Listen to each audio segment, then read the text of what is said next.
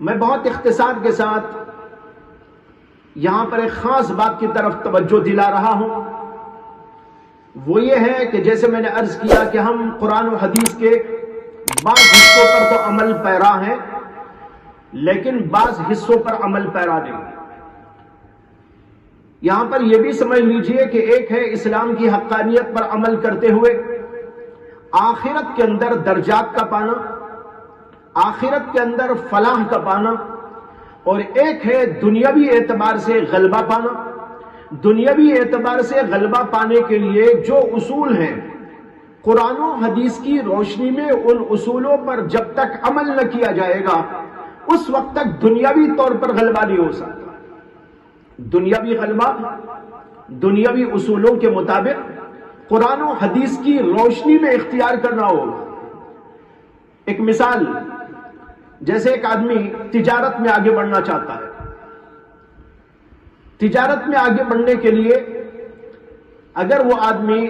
اپنے گھر میں بیٹھ کر قرآن کی تلاوت کرنے لگے، ذکر اور وظیفے پڑھنے لگے، ہر آدمی سمجھ سکتا ہے کہ اس کی وجہ سے اس کی تجارت کامیاب ہو جائے، جبکہ وہ صرف گھر میں بیٹھا ہے۔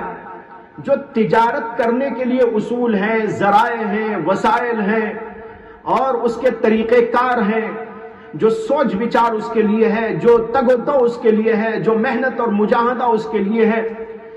وہ اختیار کیے بغیر اگر صرف گھر میں بیٹھ کر ایک آدمی کہے کہ بھائی میں نے دکان کھول دیا ہے، کچھ اس کے اندر مال ڈال دیا ہے، اب میں بیٹھ کر یہاں پر وظیفہ پڑھوں گا اور میرے گھر کے اندر مال دولت آتی رہے گی، ہر آدمی سمجھ سکتا ہے کہ یہ بات غلط ہے۔ نہ قرآن نے ایسی تعلیم دی، نہ حدیث نے ایسی تعلیم دی، نہ اسلام نے ایسی تعلیم دی۔ یہاں پر یہ کہا جائے گا کہ تجارت کو فروغ دینا ہے تو اس کے اصولوں کو اپناؤ، اور قرآن و حدیث کی تعلیمات کی روشنی میں سچائی کا لحاظ کرتے ہوئے، دیانت کا لحاظ کرتے ہوئے اور مختلف اصولوں کو برتتے ہوئے جد و جہد کرو، محنت کرو، اس سلسلے میں لوگوں کے تجربات سے فائدہ اٹھاؤ اور پھر آگے بڑھتے چلے جاؤ تو تمہارے گھروں کے اندر دولت کی ریل پیر شروع ہو جائے۔ اسی طرح ایک آدمی علم کے سلسلے میں آگے بڑھنا چاہتا ہو تو اسے علم کے میدان میں آگے بڑھنے کے اصول کو، ذرائع کو، وسائل کو، طریقوں کو اور دوسرے لوگوں کے تجربوں کو اختیار کرنا پڑے گا، کتابیں پڑھنی پڑے گی،